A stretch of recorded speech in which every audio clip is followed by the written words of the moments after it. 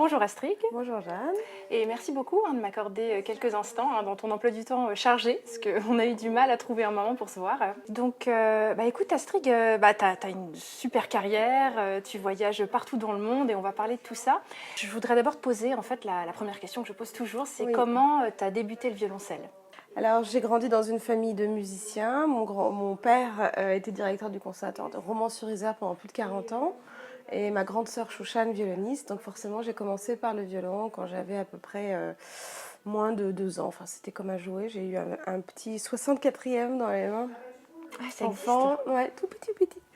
Et à l'âge de 4 ans, j'ai fait une grande crise d'enfance et je voulais être assise parce que voilà, je voulais pas être debout, j'avais mal au cou, donc j'ai décidé et j'ai demandé à mes parents d'être assise et d'avoir un gros violon assise. Alors peut-être que j'avais entendu dans les orchestres que dirigeait mon père, j'avais vu le violoncelle, voilà, mais en tout cas, c'est à l'âge de à peu près 4 ans où j'ai décidé de faire du violoncelle. Donc c'est pas très romantique, mais c'était vraiment une flemme.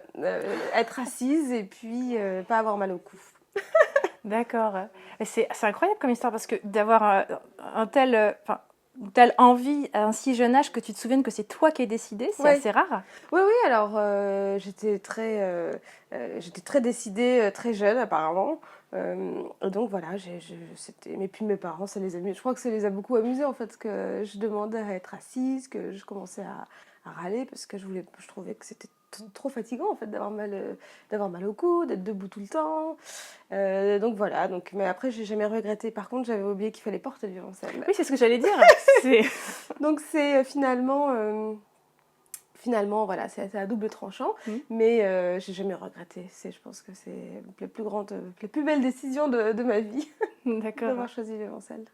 Et donc, c'était qui ton premier professeur?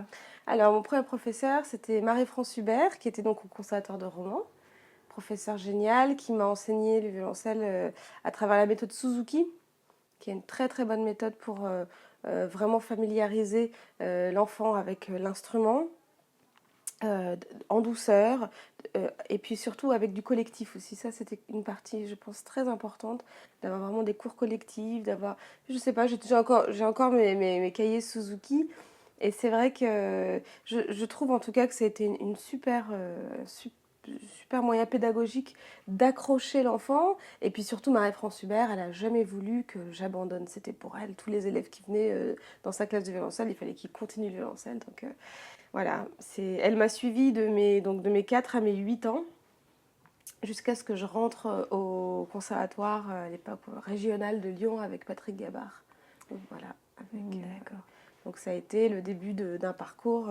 Mais c'est vrai que finalement, après, de 4 à 8 ans, j'aurais pu peut-être avoir envie de changer, mais vraiment, elle a tout fait à travers voilà, ses cours, ses méthodes, euh, il y avait le petit tabouret, il y avait la petite planche. Voilà, on était investis. C'était pas juste le cours de violoncelle, mais on avait l'impression, en tout cas moi j'avais l'impression que j'avais mes petits jouets, mes petits accessoires. Mais voilà, elle a eu en tout cas la grande intelligence d'accrocher et de donner envie de travailler.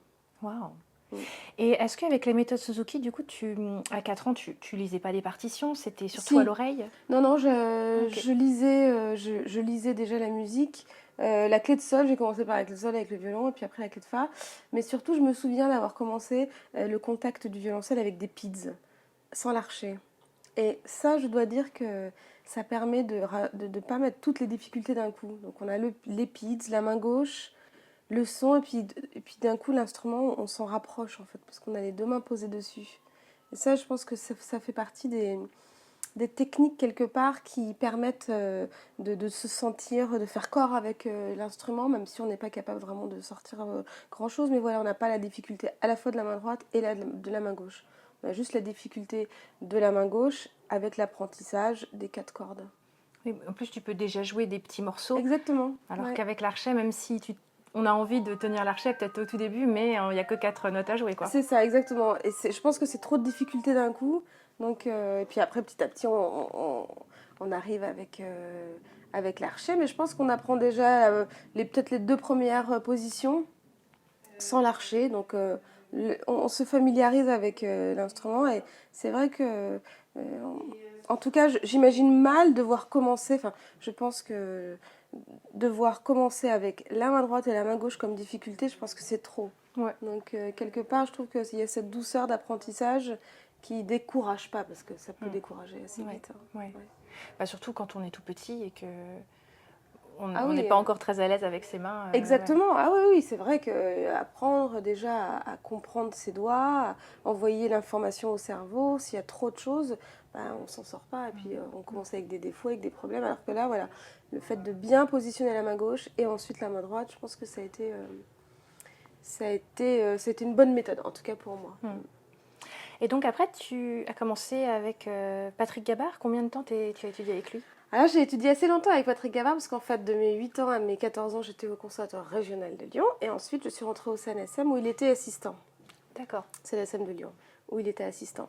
Donc je suis restée en tout pour tout à peu près 10 ans avec Patrick. D'accord. Ouais, c'était vraiment le professeur à qui je dois absolument tout ce que je sais faire sur un violoncelle. Après j'ai eu d'autres professeurs, autres qui ont changé des choses, mais la base et puis l'envie aussi parce que il faut passer l'enfance, puis après il faut passer l'adolescence, il faut voilà donc c'est vrai que d'avoir eu un professeur qui a été tellement proche au niveau musical mais aussi au niveau humain, ça a été une grande chance.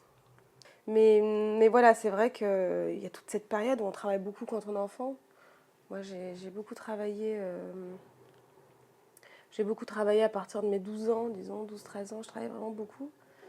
Et après, voilà, quand j'ai habité seule à Lyon, l'entrée au CNSM, ouais, on peut vite partir un peu dans tous les sens et habiter seule à 14 ans dans une ville aussi jolie que Lyon, loin des parents.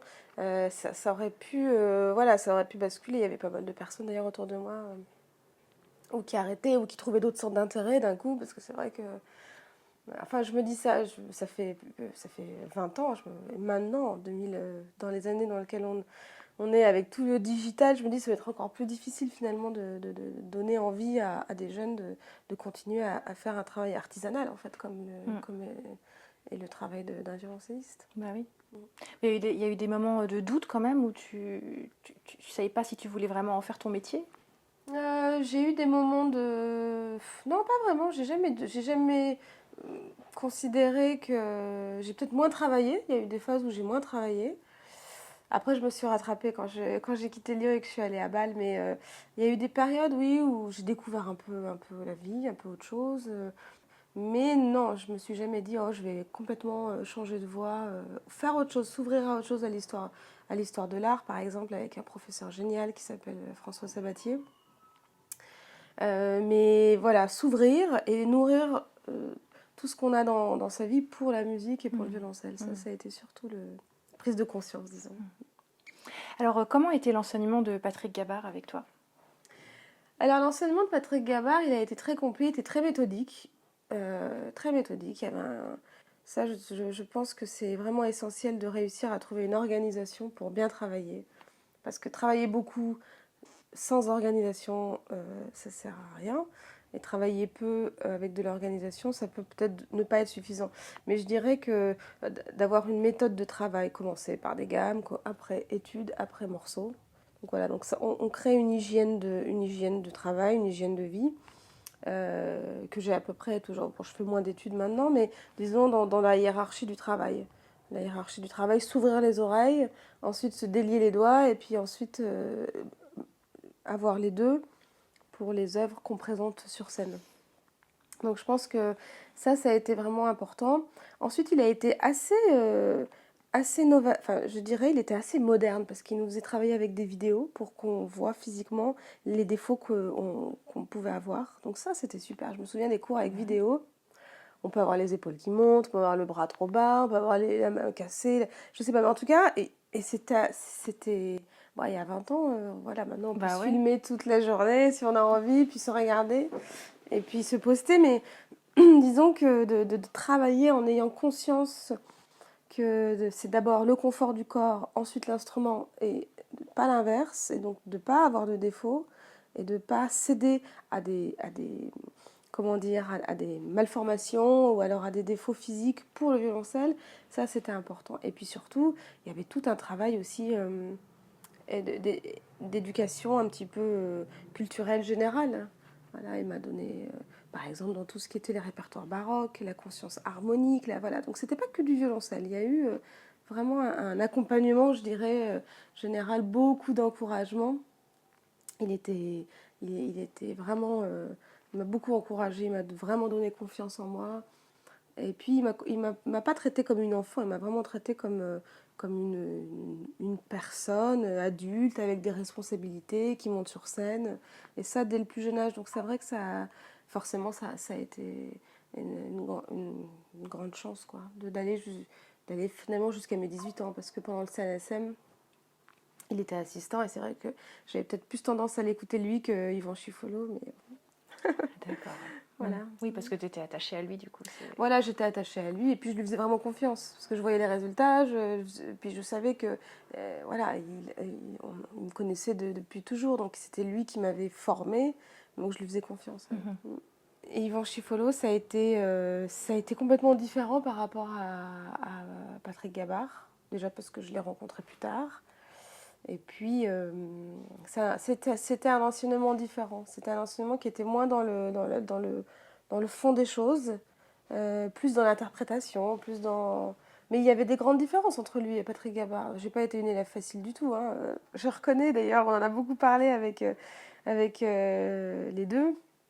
J'étais pas une élève facile parce que moi j'avais envie de faire ce que Patrick me disait, Patrick Gabard. Et j'étais pas trop d'accord avec ce que Yvan Chiffolo me disait, donc voilà, bon, c'est ainsi. Mais j'ai fait 4 ans où j'ai appris pas mal de choses. J'ai découvert d'autres répertoires aussi avec Yvan. Mais quand tu dis que vous n'étiez pas d'accord, c'était au niveau de l'interprétation ou c'était des choix techniques? Un peu les deux. D'accord. Ouais, les propositions techniques me plaisaient pas trop. Les interprétations, des manières de... Je sais pas, j'ai un souvenir par exemple une fois de travailler l'arpeggione avec l'un, avec l'autre, c'était complètement différent. Quel doigté on met pour le début, Enfin voilà, donc... Et donc j'avais plutôt tendance à aller vers ce que Patrick me disait que Yvan. C'est compliqué d'avoir un prof et un assistant qui sont deux professeurs géniaux. Ça a le désavantage quelque part de, d'être un peu dans la confusion pour l'élève. Donc c'est vrai que, après sans le vouloir, hein, Patrick n'était pas en désaccord avec Yvan Chiffolo parce qu'il le voulait, c'est simplement que c'était une personnalité très forte et Yvan aussi, donc voilà, il fallait choisir. À l'époque, j'avais pas la diplomatie de me dire que je pouvais à la fois faire ce que l'un me disait et l'autre, et puis après faire ce que je voulais. Non, il fallait que, voilà, je voulais défendre Patrick Gabard face à une autre opinion. J'ai changé depuis. Je me suis adoucie. Mais tu as sûrement gardé tes choix Oui, affirmés. bah, j'ai gardé mes choix affirmés et puis surtout ça m'a aidé à forger un avis parce que finalement après j'ai eu des professeurs géniaux puis j'ai eu des masterclass avec des très grands professeurs. Voilà, c'est savoir ce qu'on prend et ce qu'on garde après. Parce qu'une fois qu'on est sur scène, si on est perdu, si on ne sait plus ce que l'on aime, c'est difficile. Je pense qu'il faut toujours se centrer, il faut toujours voilà, se dire bah, finalement, ok, j'ai entendu toutes ces choses, mais qu'est-ce que j'en fais? En faire sa sauce et pas essayer ni d'imiter, ni de reproduire quelque chose qu'on a entendu. Voilà, donc ça fait partie des, je dirais, de la construction musicale et d'interprète. Et finalement, on a l'impression que le fait d'avoir eu deux profs différents, ça t'a permis d'affiner ton esprit critique très jeune et de ne pas suivre aveuglément un professeur. Et quand tu aurais été lâché dans la nature, tu aurais été perdu si personne n'a mis de doigté sur ta partition. Oui, alors après l'histoire des... Oui, alors après l'histoire des doigtés, c'est aussi quelque chose d'assez intéressant que Patrick Gabard m'a... Par exemple, Patrick, il donnait pas une partition avec des doigtés. Il nous faisait, par rapport à la morphologie de notre main et par rapport à nos choix esthétiques, il nous a donné les armes pour savoir quel doigté mettre sur une partition vierge. Voilà, donc je pense que ça a été hyper important. C'est en fait de se responsabiliser très vite. De se dire, voilà, je ne vais pas recopier ce que le professeur écrit sur une partition et je ne vais pas le noter, mais en fait, dès le plus jeune âge, d'être responsable et de se dire, ah, face à une partition vierge, qu'est-ce que je mets? Comment j'apprends quel doigté mettre. Voilà. Et ça, c'est hyper important, le fait de responsabiliser. En fait, de responsabiliser un étudiant en lui disant, voilà, moi je suis ton professeur, je vais te remettre dans le droit chemin, mais je ne vais pas te tracer la route, et une fois que tu es plus avec moi, bah, tu es perdu. Je pense que ce sont un peu... c'est de l'éducation un peu... ouais, c'est de l'éducation qui musicale, violoncellistique, mais générale aussi, qui tend à dire, voilà, en fait, tu sais pas parce que tu as 8 ans, 9 ans, que tu n'es pas responsable de ce que tu fais. Moi, je vais t'apprendre à construire, et si jamais tu dévies, je vais te remettre dans le droit chemin. Mais je vais pas te donner une partition avec des doigtés tout fait, et tu vas suivre ça sans réfléchir. Moi, c'était plutôt la démarche de devoir réfléchir, de devoir construire pour déconstruire, pour reconstruire, pour en fait peaufiner. Vraiment cette notion de travail artisanal que moi j'ai toujours reconsidérée dans le travail de violoncelliste. Quelque part, je continue toujours à faire ce que je fais depuis que j'ai 4 ans, mais de manière plus évoluée. Mais ça, c'est la répétition, et puis c'est la remise en question, et puis c'est le fait de toujours réapprendre. Et puis cette base pédagogique que m'a donnée Patrick Gabard, je l'ai retrouvée après dans beaucoup de grands professeurs que j'ai eus dans mon parcours. Mais donc voilà, en tout cas, je pense que c'est important de responsabiliser l'étudiant dès le plus jeune âge en lui expliquant comment faire les choses au lieu de lui prémâcher le travail, quoi. Et tu as le même avis sur les coups d'archet, j'imagine? Même s'il n'y a pas moins de questions de morphologie, peut-être, quand on choisit des coups d'archet? Mais le coup d'archet, en fait, c'est quelque part, oui, je pense que le coup d'archet, il est là pour un confort, parce qu'en fait, les lignes musicales, elles sont immenses, on n'a pas des archets immenses. Donc c'est comprendre que ce qui est important, c'est pas notre confort personnel, c'est pas très moderne c'est pas très moderne, mais le confort personnel, finalement, c'est pas une question. Ce qui est important, c'est la phrase musicale, c'est le discours musical. Après, on s'arrange comme on peut, mais il ne faut pas que le coup d'archet prendre le dessus sur le phrasé ou prendre le dessus sur une articulation. Donc moi, par exemple, je note pas beaucoup de coups d'archet et de doigté. Ok. Parce que je change assez souvent, en fait. J'essaye plein de choses. Je change. L'idée étant quand même de pouvoir avoir des changements d'archet assez propres pour que finalement on puisse mettre n'importe quel coup d'archet sur n'importe quelle phrase, mais que la phrase soit toujours la même. Après, c'est des consonnes, c'est des voyelles, c'est des petites articulations qui diffèrent, mais l'idée générale et musicale doit toujours être celle qui est exposée par le compositeur. Voilà. C'est mon avis personnel. Donc, à 18 ans, tu finis le CNSM et puis tu as ton bac, enfin tout en même temps. Donc, qu'est-ce que tu fais à ce moment-là? Oui, alors là, c'était un peu le grand saut vers l'inconnu. Je savais pas tellement quoi faire. Parce que, alors, à Paris, j'ai découvert après, parce que Paris, moi, la première fois que j'ai mis un pied au CNSM de Paris, j'avais, je sais pas, à peu près 25 ans. Mais donc, j'ai vu qu'il y avait une émulation, du fait aussi que le Conservatoire de Paris, il est dans un lieu plus dur que le Conservatoire supérieur de Lyon. C'est plus international, c'est plus jeune aussi. Moi, j'étais très jeune, on était deux à être vraiment jeune dans la classe de violoncelle, mais sinon, tout le monde était beaucoup plus âgé. Donc, l'émulation était pas du tout la même.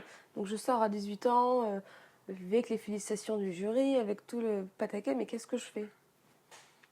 Je faisais pas de concours parce que Yvan Chiffolo, il m'avait pas forcément donné. Voilà, j'étais pas sur la bonne dynamique pour faire des concours, en tout cas où j'étais mal préparée. Enfin, c'était pas vraiment. Voilà, j'étais pas du tout dans cette idée-là. Mais qu'est-ce que je fais? Et ça a été un peu compliqué parce que j'avais un mémoire à faire que j'ai rendu. À la fois, on devait faire des mémoires, j'avais mon bac. J'étais un peu. Ouais, que faire? Voilà. Alors, il y avait l'option très simple d'aller commencer à cachetonner dans les orchestres. Mais c'était pas du tout ce qui me plaisait. Enfin, en tout cas, moi, à cette époque-là, à 18 ans, je trouvais que j'étais beaucoup trop jeune pour arrêter mes études. Beaucoup trop jeune pour commencer à travailler. Beaucoup trop jeune pour... ça me plaisait pas du tout. Mais pour autant, je savais pas tellement quoi faire. Et j'ai eu en fait une année un peu de transition où j'ai j'ai eu un coup de cœur dans ma vie personnelle avec avec un grand musicien de jazz. Et donc j'ai un peu arrêté le violoncelle pendant une année. J'ai commencé un peu à chanter, j'ai commencé à faire en fait un peu une crise d'adolescence toute douce parce que c'était plutôt musicalement que j'ai fait cette crise d'adolescence. Ça a duré un petit peu et puis ça m'a fait découvrir beaucoup de choses. Ça m'a donné aussi l'idée d'un contact différent sur scène par rapport à celui que je connaissais. Et pendant cette même période-là, je faisais aussi l'intégrale des 6 suites de Bach. C'était mon projet pendant cette année. Voilà, j'avais fait plusieurs fois en concert. Ah, tu t'es pas vraiment arrêtée alors? Oui, mais disons que j'étais focalisée sur quelque chose d'assez particulier, quoi. Les 6 suites, c'est un projet, c'est quelque chose de complètement mystique pour moi de faire cet enchaînement des 6 suites. Il y avait ça, et puis il y avait ce côté un peu fou de découvrir un autre corps corps musical. Et puis ensuite, là, les vraies années d'études pour moi, hein, les vraies années d'études ont commencé. Ma sœur habitait à Bâle et elle me dit, il y a un très grand prof de violoncelle, Ivan Monighetti, tu devrais tenter le concours chez lui. Bon, puis moi, je sais pas, j'ai toujours fait confiance à mes aînés et surtout à ma famille, ma sœur. Donc je me suis dit, bon, bah ok, elle m'a inscrite, c'est elle qui a fait l'inscription. Donc voilà, je suis allée passer le concours et je suis rentrée donc dans la classe d'Ivan Monighetti. Et là, ça a été une page complètement différente, qui était la voix, la plus belle voix en fait qui s'ouvrait à moi parce que c'était la voix de beaucoup de travail, d'heures de travail, beaucoup d'exigences. Et c'était vraiment enfin, celle qui me convenait le mieux et celle qui m'a le plus aidée en fait finalement. Après un peu des années comme ça un peu perdu quoi. Mais ça fait du bien aussi d'être perdu quand on est toujours focalisé sur ce qu'on veut faire. On se cherche pas. Enfin voilà, en tout cas moi pendant une année ça m'a permis de découvrir des facettes de ma personnalité et de les garder d'ailleurs, de les explorer toujours. Et c'était très formateur. J'ai déménagé à Bâle, j'ai emménagé chez ma sœur. Alors c'est marrant parce que ma sœur était partie de la maison, elle avait 12 ans, donc j'avais 8 ans. Donc on a vraiment appris à se connaître à Bâle. Ça faisait des années qu'on n'avait pas habité ensemble. On a vraiment appris à se connaître parce qu'elle était partie faire des études avec Thiban Varga très jeune, et puis ensuite à Madrid, ensuite à Zurich. Enfin voilà, donc on n'avait pas habité ensemble depuis très longtemps. C'était très chouette, vraiment, c'était... Mais surtout, ça a été des années où j'ai énormément travaillé mon violoncelle. Alors là, j'ai tout recommencé à zéro. Yvonne Monighetti m'a dit, c'est super, tu as tout, mais il faut tout recommencer. Donc j'ai tout recommencé. Ah oui. Ouais, tout. Comment tu as reçu ce diagnostic? Bah, c'est-à-dire que d'être prise, quand on est un peu perdu, d'être complètement prise en main par quelqu'un, c'est génial en fait. C'est une grande chance. Déjà parce que c'est un très grand professeur. Je veux dire, il faisait pas il essayait pas ses méthodes sur moi. Il était vraiment. Je savais que je pouvais lui faire confiance. Il m'a dit pendant un an, il faut pas de concert, il faut tout retravailler la technique, il faut tout recommencer à zéro. J'ai dit bon, ok, on va tout recommencer à zéro, pas de problème. Et ça a été extraordinaire parce que du coup, j'ai découvert toute une facette que j'avais un peu eue avec Patrick Gabard, mais là, j'avais pas 8 ans, j'avais 19 ans. Donc, c'était pas du tout la même chose. Ça a été dur, ça a été vraiment exigeant, mais c'était génial. En tout cas, ça me correspondait. Voilà. Je ne veux pas dire que ça puisse correspondre à tout le monde, mais moi, ça m'a vraiment correspondu à ce moment-là. Et, euh, et voilà, après j'ai aussi rencontré d'autres professeurs.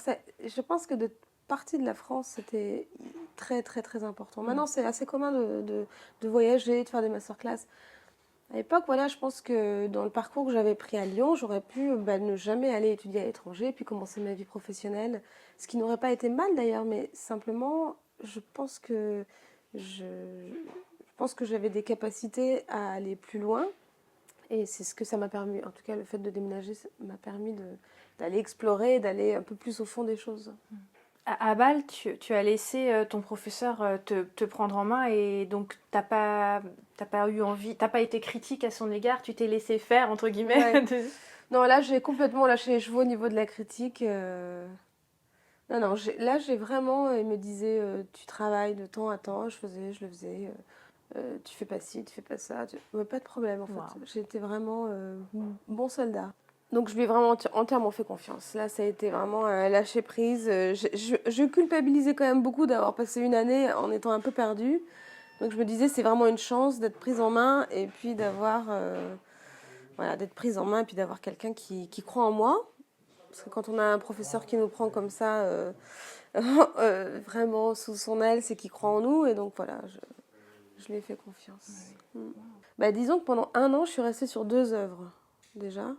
Je suis restée sur la symphonie concertante pendant 1 an et sur Concerto d'Offenbach.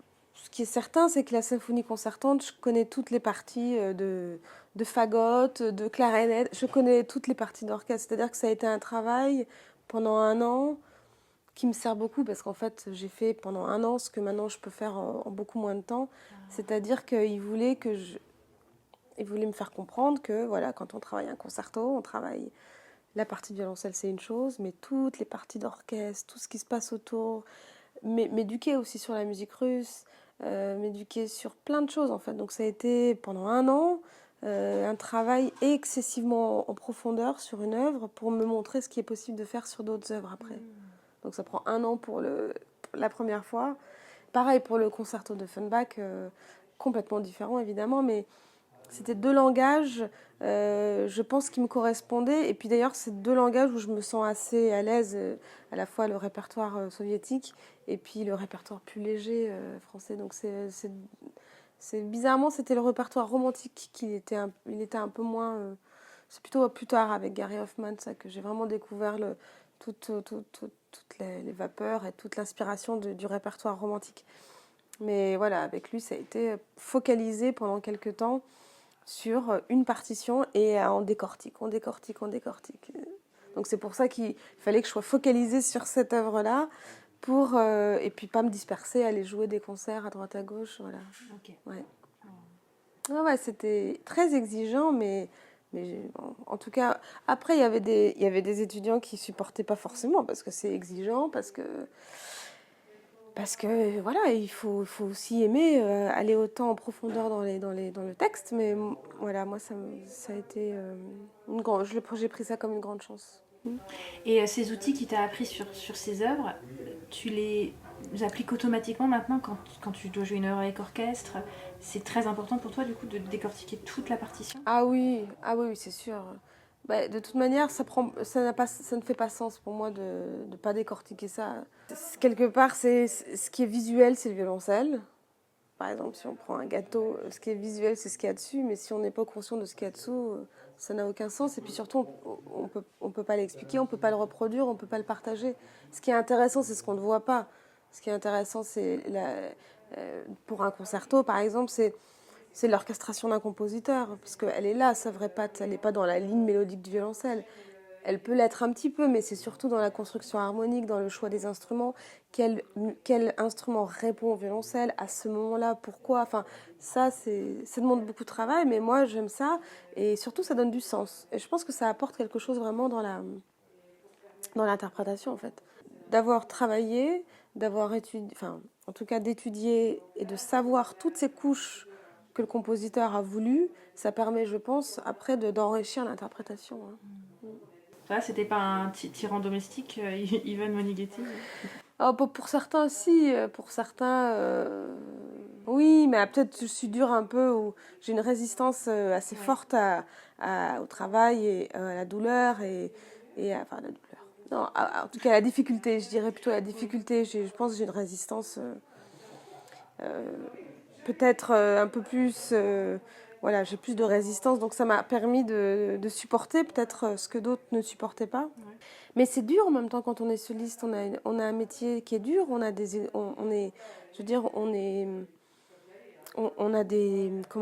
modes de vie qui sont très exigeants quand même. Et pour être, disons, à la hauteur de la chance qu'on a de pouvoir faire un tel métier, il faut de l'exigence, il faut qu'on soit toujours au top.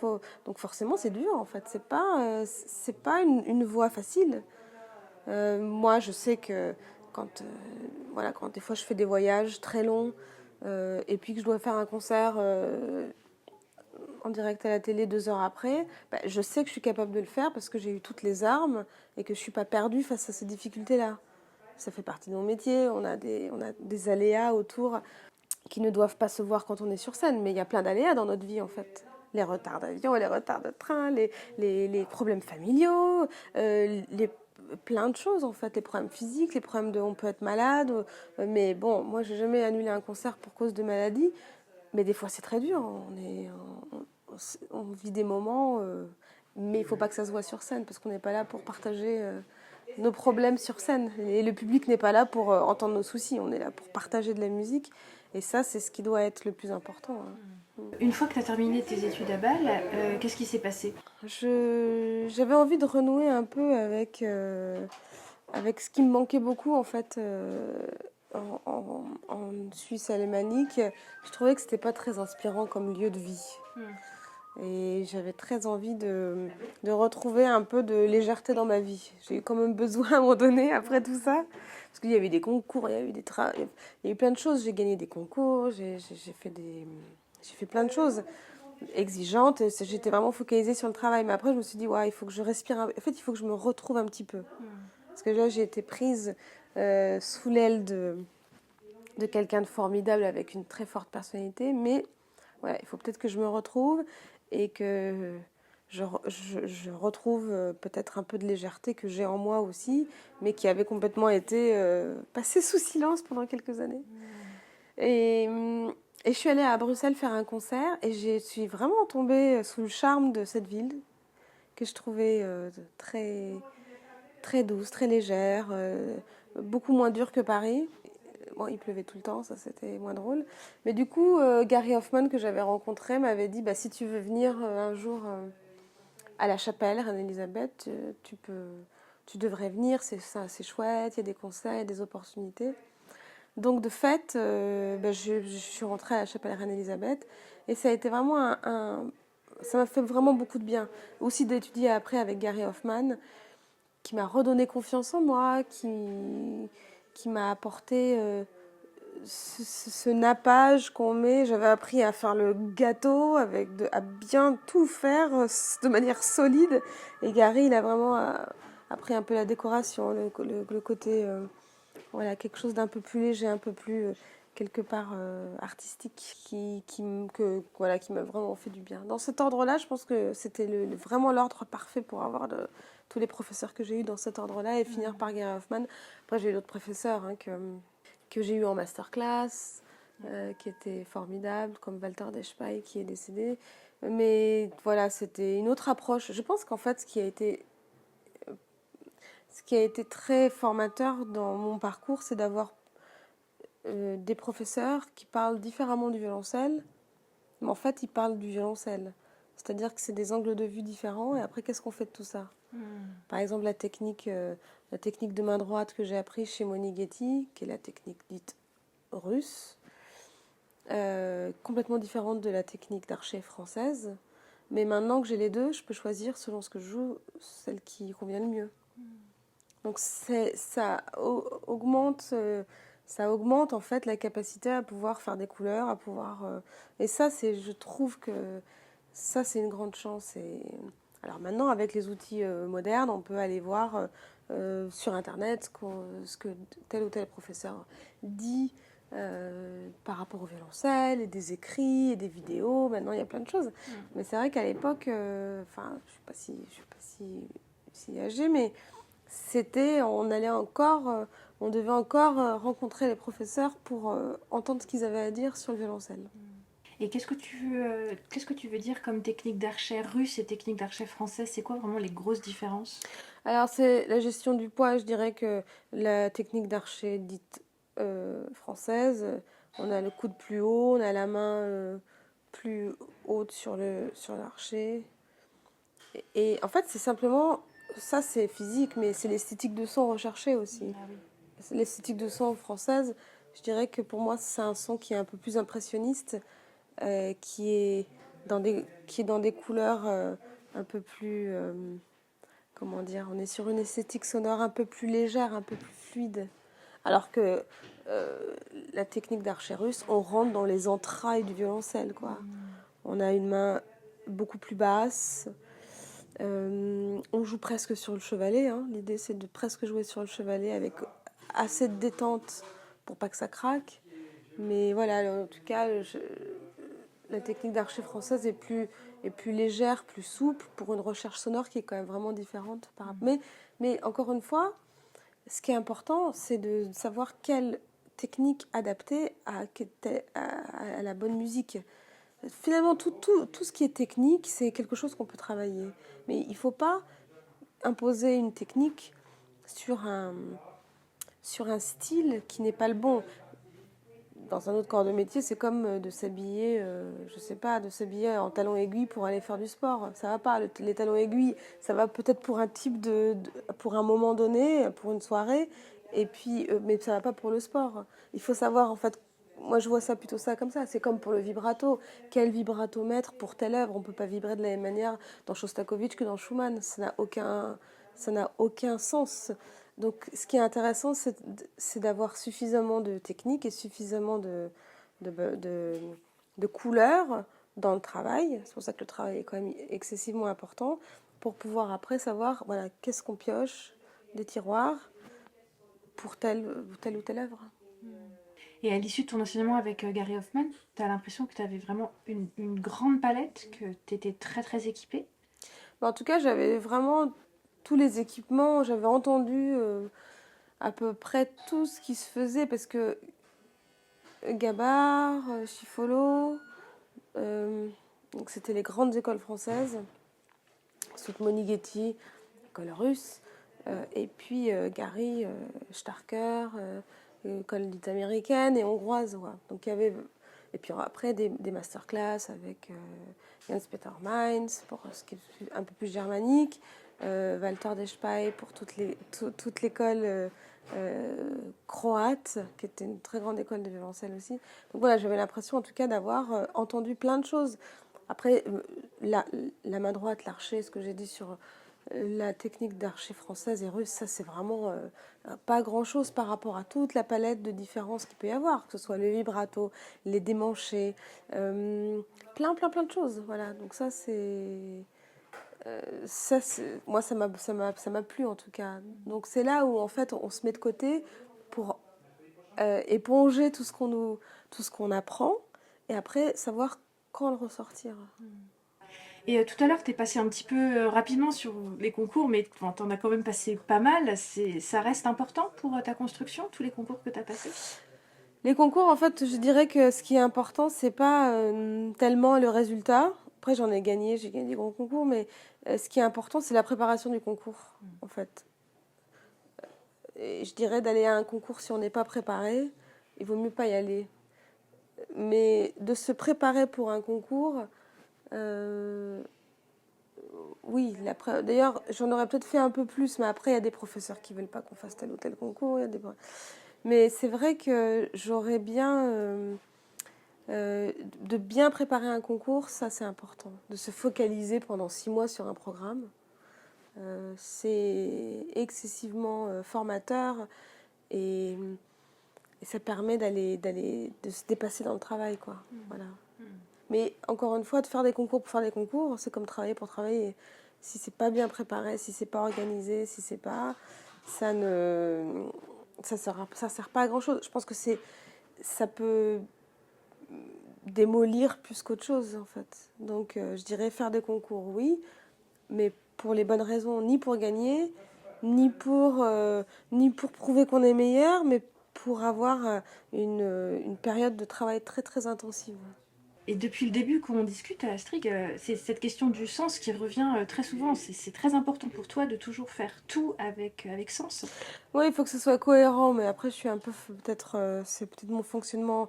C'est mon fonctionnement général, j'ai besoin de comprendre les choses et je veux bien, voilà, il faut que faire les choses sans savoir où on va, ça c'est pas possible pour moi. D'ailleurs, c'est dans ma vie en général. Alors, je vois pas tellement de différence dans ma vie de musicienne, dans ma vie civile, dite, mais voilà, il faut qu'il y ait de la cohérence. Il faut que si je fais ça, il faut que ce soit pour ça.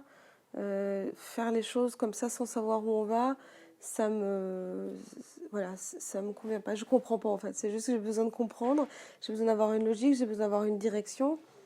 Et puis j'ai pas envie de perdre mon temps parce que le temps c'est précieux. Donc si je fais quelque chose, il faut que ce soit voilà dans un but et dans un. Le but c'est pas forcément quelque chose d'intéressé, mais disons qu'il faut qu'il y ait un objectif. Euh, voilà, il faut avoir un objectif, par exemple, de venir aujourd'hui pour la vidéo. Je trouve que ça fait sens parce que je trouve que c'est une discussion c'est une discussion qui peut aussi peut-être apprendre des choses à d'autres. Et je sais que tu es très suivi, donc il y a beaucoup de personnes qui écoutent et puis qui peut-être que ça va inspirer, ça va donner des envies, ça va rassurer, ou voilà. Donc pour moi, ça fait sens. Il y a des choses qui font pas sens et que je refuse évidemment. Alors, en tout cas, c'est gentil, ouais, de m'accorder ce temps-là aussi parce que oui, ce que tu partages, c'est très inspirant et je pense effectivement que ça rassure et que ça conforte beaucoup de gens qui manquent d'objectifs, qui manquent un petit peu parfois de sens à leur pratique parce qu'il y a beaucoup de périodes de découragement et on sent que Ouais. tu es très résiliente en fait. Bah, Très inspirant. disons que j'ai vraiment j'ai eu des périodes où j'étais perdue entre guillemets, mais elles sont faut pas avoir je pense qu'il faut pas avoir peur un peu de se dire qu'on n'est pas des machines, qu'on a besoin de temps de réflexion, qu'il y a des choses qu'on accumule et que notre corps et notre esprit a besoin de temps pour digérer. Euh, Après, quand on est musicien, on s'engage dès l'enfance pour toute la vie. Donc, c'est pas un choix facile. On s'engage pas pour quelques années. C'est des choix, c'est des vies dédiées un peu quand même. C'est des vies, même complètement, c'est des vies dédiées. Donc, de se poser des questions, de ne pas être sûr, d'avoir des déceptions. Mais heureusement, il faut en avoir des déceptions parce que sinon, on s'ennuie si on n'a pas de déception. Après, ce qui est toujours le plus difficile, c'est de réussir à gérer les déceptions qu'on a vis-à-vis de soi-même. C'est toujours les plus grosses déceptions. De se dire, ah ben j'avais tellement envie de faire ça, et puis en fait, je me suis pas donné les moyens de le faire. Voilà. Et puis bien travailler aussi, je pense que d'apprendre à bien travailler. Mais encore une fois, dans tout ce parcours-là, je dirais que ce qui est important d'essayer de comprendre, c'est que finalement, le meilleur allié dans tout un parcours musical, mais je pense général aussi, c'est nous-mêmes. Donc en fait, il faut apprendre à être en paix avec soi-même et à se parler soi-même de manière positive. Par exemple, dans le travail, de se parler avec des choses, par exemple, d'éviter les négations. Les négations sont complètement contre-productives dans le travail. Ouais, de se dire, ah ben il faut pas que je loupe ça, de se dire, qu'est-ce que je dois faire pour réussir ça. En fait, c'est toute une manière, une manière positive de se parler. Et donc, même si finalement on est en échec ou en doute, c'est de l'accepter. Voilà. Et ça, c'est hyper important. Sinon, on s'en sort pas. Sinon, moi, je suis pleine de doutes, évidemment, ça c'est absolument normal. Mais après, c'est à savoir gérer ça pour pas que ça nous dépasse et puis surtout que ça ne mette pas, ça ne gâche pas un travail qui est fait ou que ça ne gâche pas des années de travail. Voilà. C'est d'essayer d'être en fait plutôt résilient avec soi-même. Et je pense qu'à tous les niveaux, on peut avoir cette exigence, mais cette bienveillance Mm. qui permet que le travail il soit efficace, mais qu'on se fasse plaisir. Et ça, c'est possible dès qu'on commence un instrument. Évidemment, et puis c'est aussi d'ouvrir un peu les yeux sur d'autres corps de métier à très haut niveau. Par exemple, moi, ça me fait toujours rire. J'aime beaucoup le tennis, mais quand je regarde le tennis, je me dis toujours, on a beau être le meilleur joueur du monde, le numéro un, classé depuis des années, on peut encore louper un service en fait. Ça existe, donc, mais c'est pas grave. D'ailleurs, la force des grands champions, c'est de passer complètement outre ça. C'est pas parce qu'on va louper un démanché, louper un changement d'archer, ça y est, que notre vie entière est foutue, qu'on est le plus mauvais violoncelliste du monde. Non, en fait, ça arrive, il faut accepter. Moi, ça m'arrive de louper des choses, mais c'est pas grave. Le tout, c'est de pas forcément, de travailler pour essayer d'en louper le moins possible. Mais c'est pas très grave. Je veux dire, la, la musique, c'est pas ni des. La musique, c'est pas enfin c'est à mon sens, c'est un avis personnel, mais la musique c'est pas réussir telle ou telle chose. Évidemment, si tout est faux et tout est moche, ça, on ne pourra pas rendre la musique, mais il faut savoir faire le bon choix aussi dans les œuvres. Ça, c'est quelque chose pour moi qui est assez important. Quelles œuvres on fait travailler à un étudiant? Est-ce que c'est pas trop difficile pour lui? Il vaut mieux travailler des choses qui soient beaucoup plus modestes et beaucoup plus faciles, mais que l'étudiant puisse bien les jouer plutôt qu'un concerto impossible que de toute manière il n'a pas les armes pour jouer. Voilà, par exemple, moi j'ai commencé à travailler le concerto de Schumann excessivement tard. J'avais à peu près excessivement tard. J'avais 23 ans, je crois, quand j'ai commencé. Ouais. Okay. Donc c'est très tard. Je n'avais jamais travaillé le concerto de Schumann avant. J'avais toujours refusé. Mais par contre, j'avais travaillé les Fantasiestuck, les pièces populaires, donc j'avais tout un bagage de Schumann. Et donc forcément, donc de fait, le concerto de Schumann, il m'a jamais, il était pas, il m'a jamais paru difficile techniquement. Voilà. Mais j'imagine que quelqu'un qui apprend un concerto de Schumann et qui est tétanisé par un démanché, par le premier démanché, mais ça veut dire qu'il n'a pas les armes pour jouer ce concerto. Donc, vaut mieux, voilà, il vaut mieux viser moins haut, plus bas et réussir. Ça c'est important aussi, savoir quels objectifs on est capable de pouvoir atteindre. En plus, tu prends un exemple particulier parce que le concerto de Schumann qui est connu pour être très difficile, mais oui, aussi très difficile musicalement et c'est très très difficile de transmettre avec la finesse technique qu'il y a derrière. Oui, bah c'est la dernière œuvre de ce compositeur excessivement complexe. Donc, disons que quel est l'intérêt de jouer un concerto de Schumann si on n'est ni capable physiquement, techniquement de faire ce qui est écrit et ni même de comprendre réellement le sens de cette pièce, quoi. Donc, et pourquoi jouer le concerto de Schumann si on va ni jouer du Schumann et se faire mal et puis se faire une tendinite et puis être frustré et puis voilà. Je pense que les grands objectifs, il faut les garder un peu pour... après, on dira, oui, mais il faut commencer tôt pour laisser mûrir. Je suis pas complètement d'accord avec ça. Je pense que si on adore le concerto de Schumann et qu'on veut absolument jouer le concerto de Schumann, on peut commencer déjà par des œuvres de Schumann, autres que le concerto de Schumann, avant d'arriver au grand monument. Je pense pas qu'un architecte construise ses plus grandes œuvres dans son... voilà, et peut-être qu'il dit... En tout cas, ça se construit, le travail.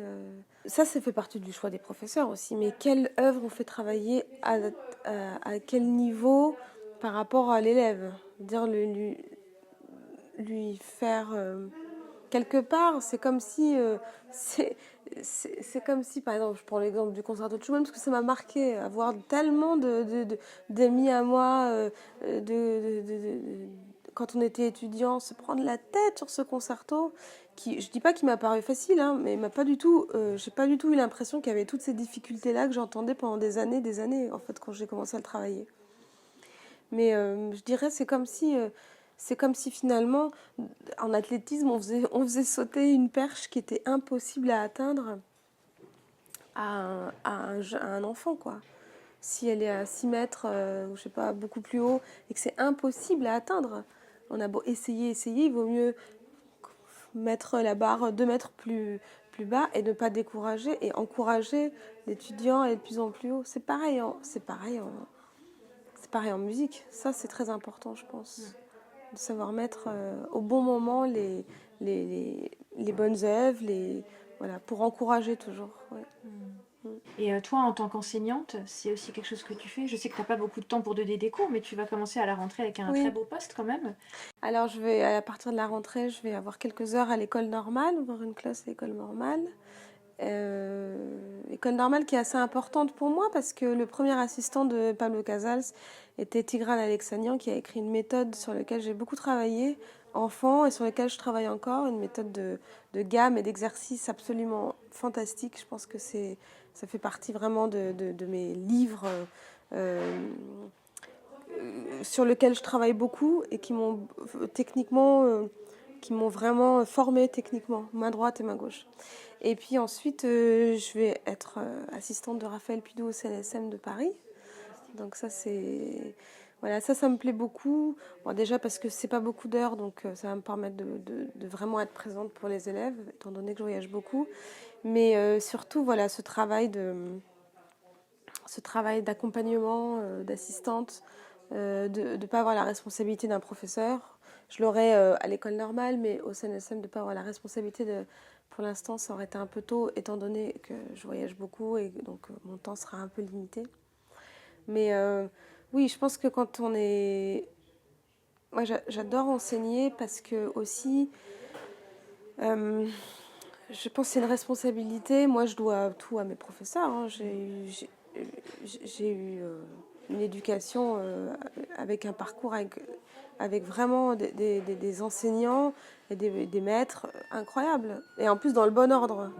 C'est-à-dire que je pense que si j'avais eu Monighetti après Gary Hoffman, ça n'aurait pas du tout été une bonne combinaison. Mais disons que ce qui est important, c'est voilà, c'est de rendre aussi à un moment donné ce qu'on a reçu. Hein.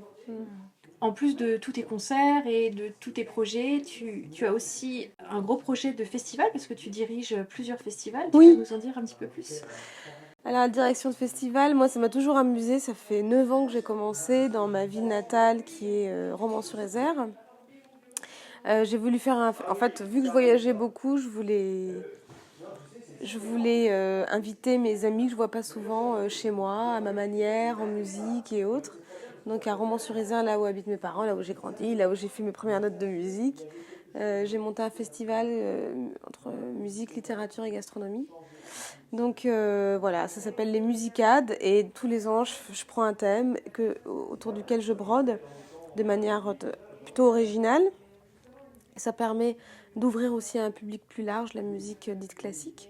Et puis moi de m'amuser. Ça m'inspire aussi dans mes programmes, le fait de faire de la programmation, le fait de me sortir aussi un peu du violoncelle. Ça nourrit mon jeu, ça nourrit les répertoires que je joue. Mais voilà, en organisant, en ayant finalement une approche très terre à terre de la musique, quoi, l'organisation de concerts. Donc du coup, j'apprécie encore plus quand j'arrive sur scène et que j'ai juste à jouer parce que je sais le travail colossal qu'il y a derrière. Voilà. Ensuite, il y a un deuxième festival à Trouville-sur-Mer qui s'appelle Festival Nadia et Lily Boulanger que j'ai créé cette année. Ça me tenait beaucoup à cœur parce que j'ai fait beaucoup de travaux autour de Nadia et Lily Boulanger, surtout Nadia Boulanger. On parlait de la pédagogie, évidemment. La pédagogie, j'ai aussi découvert tout un monde à travers elle. Et vraiment, le fait qu'elle était dédiée à la pédagogie, à prendre chaque élève vraiment comme une personnalité à part et de ne pas essayer de faire des copier-coller de son jeu pour ses élèves, mais de prendre chaque étudiant et de le développer comme lui existe. Voilà, donc c'est une forme de grand respect et une forme de grand amour aussi. Et puis il y a un troisième festival où je fais de la direction artistique, festival à Puy-Saint-Martin, dans un village magnifique de la Drôme, qui s'appelle Adèle Clément. Donc Adèle Clément, c'est une grande violoncelliste qui est assez connue pour avoir créé notamment un violoncelle qui s'appelle le violoncelle muet. C'est un violoncelle de voyage en fait qui se plie, donc qui a pas sur lequel on peut jouer, mais qui n'a pas de coffre, qui est muet, quoi. Et donc c'est rigolo parce que c'est une violoncelliste qui a fait des concerts incroyables, mais qui a aussi été qui avait beaucoup d'imagination pour inventer. Elle a créé donc le violoncelle muet, mais pas que. Il y a d'autres violoncelles aussi qu'elle a créé, qu'elle a déposé. Il y a des articles dans le New York Times qui parlent de ces violoncelles. Ouais, c'est une femme assez incroyable. Donc voilà, donc ça c'est 3 festivals. Donc ça m'amuse, ça me change en fait. C'est quelque chose qui me permet d'être. On est sur quelque chose de hyper terre à terre, voilà, très terre à terre, très administratif. Et moi ça me coupe, ça me fait du bien. En fait, je trouve que d'être ancré dans le sol, ça permet aussi de plus après pouvoir s'évader. Si on est toujours dans les vapes, on ne sait plus finalement, on se raccroche à rien. Voilà, moi ça nourrit beaucoup, ça me nourrit beaucoup artistiquement en fait, aussi d'imaginer des programmes qui sont autour de la littérature. On a la chance en France d'avoir une littérature absolument incroyable. Et puis évidemment la musique et la littérature ont toujours été excessivement liées. De travailler là-dessus, de lire beaucoup pour faire des programmes, voilà, ça c'est quelque chose en tout cas qui aussi évidemment est très inspirant pour moi. Bah, c'est toi qui nous inspire aujourd'hui. Merci vraiment pour partager voilà, tout ton parcours, ta carrière qui est loin d'être terminée, mais c'est déjà tellement de choses que tu arrives à caler dans... Enfin, il n'y a que 24 heures dans une journée, donc je sais pas comment tu fais. Non, mais Mais c'est-à-dire que pour moi, la musique et le fait d'être musicienne, c'est un mode de vie général. Voilà. C'est un mode de vie général qui demande des concessions sur des parties de sa vie. Mais voilà, pour moi, c'est une vraie chance, une vraie mission. Il y a peut-être une dernière petite chose aussi que je voudrais rajouter. Depuis 2019, j'ai créé une association qui vient en aide aux enfants, notamment les enfants déplacés de la guerre du Haut-Karabakh en Arménie et au Liban également. Donc ça, c'est une association qui est vraiment sur l'idée brute de la musique, c'est-à-dire des enfants qui sont traumatisés et à qui on va apporter des instruments, des percussions. Et en fait, c'est le côté thérapeutique de la musique après un grand traumatisme de guerre. Donc voilà, ça permet aussi pour moi de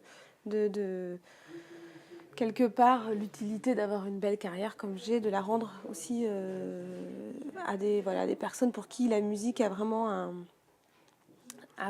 une, comment dire, c'est un langage de survie. Voilà. Ça repositionne aussi les pieds sur terre, je dirais, de voir à quel point la musique finalement a cette capacité tribale de pouvoir faire du bien, de pouvoir donner un sourire, de pouvoir même faire pleurer. Et voilà, c'est quelque part cette ligne directe de la musique, des oreilles et du cœur pour faire du bien. Ils apprennent à jouer de la musique, mais pas pour être des musiciens, mais simplement, voilà, ça permet la percussion, ça permet d'extérioriser. Pour le chant, ça permet de c'est une forme de thérapie, vraiment. Ce sont des enfants qui, par exemple, il y en a beaucoup qui avaient perdu qui étaient devenus muets, qui avaient perdu la parole. Et donc, petit à petit, en tapant, en faisant des rythmes, et puis après, en commençant à chantonner, en fredonnant, bah, ça leur fait du bien. Une libération de l'âme, quelque part. Voilà, le fait d'extérioriser des choses, pas avec des mots, mais avec de la musique, avec des sons, donc ça fait partie aussi d'une facette de la musique que je trouve assez importante, en tout cas de ne pas oublier quand on est musicien, quand on fait des carrières, quand on voyage, quand on a des... Voilà, de ne pas oublier voilà, l'essence même. On est musicien, on est au musicien au même titre en fait, on partage de la musique, voilà. Mais la musique, l'essence même brute de la musique, voilà. C'est important. En tout cas, pour moi, c'est quelque chose qui m'est vital, quoi. C'est vraiment revenir à... Des fois, je compare ça, moi qui voyage beaucoup, qui suis beaucoup dans les restaurants, c'est comme rentrer chez soi et puis couper une tomate et puis mettre du sel dessus puis manger ça. Voilà, c'est ça. Un petit peu ça pour moi, c'est ces moments où je suis pas en robe de soirée, je suis pas sur une grande scène, non, je suis avec des jeunes, avec des enfants et on partage de la musique, des chants. De temps en temps, je partage ces mêmes chants sur scène, où je chante de la mélodie populaire et autres. Mais disons plus généralement, voilà, c'est ce contact à la musique, contact aussi à travers le violoncelle, de la mélodie, du chant, ça reconnecte. En tout cas, ça fait partie des inspirations pour moi qui nourrissent. On parlait de Schumann tout à l'heure. Schumann, c'est de la mélodie populaire, c'est de la ligne mélodique. La ligne mélodique, l'essence même de la ligne mélodique, elle n'est pas écrite pour une partition classique. Elle est simplement chantée comme un moyen d'expression brute. La mélodie, la musique a beaucoup quitté les foyers en Occident, mais elle était très présente à l'époque. On chantait, on dansait pour occuper notre temps. Maintenant, on est sur nos téléphones portables. C'est moins romantique, mais voilà, on a ça en nous. Je pense qu'on a tous, en tout cas, cette part de musique brute, cette musique populaire, cette musique simple, mais qui peut faire beaucoup de bien. Bah, c'est un yo-yo permanent, mais moi je pense que je suis faite comme ça aussi. J'ai cette capacité, je pense, à pouvoir être assez résiliente et surtout une capacité à la dureté peut-être un peu plus développée que la norme. Donc ça me permet de pouvoir voir des choses, à pouvoir gérer des émotions un peu plus dures peut-être, sans que ça m'atteigne personnellement, mais voilà, de pouvoir faire face à des situations qui sont dures, des situations dramatiques, des situations de... On est face à des choses qu'on n'a pas forcément envie de voir, hein, mais qui font partie de la vie. Voilà. Qui font partie de la vie et qui nourrissent, et quelque part, égoïstement, qui nourrissent aussi un propos musical, parce que les œuvres qu'on joue, surtout au violoncelle, qui est un instrument qui a une place tellement particulière dans le répertoire des compositeurs. C'est-à-dire le fait de pouvoir voir, non pas lire à travers des livres, mais voir et vivre des choses dures, des choses extrêmes, ben ça permet de peut-être un peu plus comprendre, ou en tout cas un peu, pouvoir toucher d'un peu plus près le sens de certaines œuvres de répertoire. Je pense au concerto de Shostakovich, par exemple. Tant qu'on n'a pas vu, tant qu'on n'a pas senti un tout petit peu ce que ça pouvait être la guerre, l'horreur de tout ça, ben, finalement, on touche pas vraiment à ce que Shostakovich a voulu écrire. Tant qu'on voit pas la peur dans les yeux des gens, la vraie peur d'une vraie guerre, de perdre un enfant, de perdre cette voilà de tout ça. Alors je dis pas qu'il faut aller voir des horreurs pour jouer ces œuvres-là, mais ça nourrit indéniablement. Et du coup, nous, en tant qu'interprètes, ben, on est plus apte à pouvoir rendre un peu de ces génies qui ont écrit pour le violoncelle et pour orchestre aussi. Mais voilà, je trouve que le métier d'interprète, moi je prends ça vraiment comme une manière d'essayer de toucher à tout, de pouvoir se nourrir constamment pour pouvoir après rendre au mieux toutes les œuvres qu'on va interpréter. Donc la musique pour moi ça permet de faire des ponts, des ponts entre les humains, entre les époques, entre le ciel, la terre. Voilà, en tout cas, ça permet de connecter. Ça permet de connecter les humains, ça permet de connecter les sens, les esprits, le cœur. Voilà, après, je pense que on peut ne croire en rien, c'est tout à fait possible. Il y en a beaucoup qui revendiquent le fait de croire en rien, ce que je respecte tout à fait.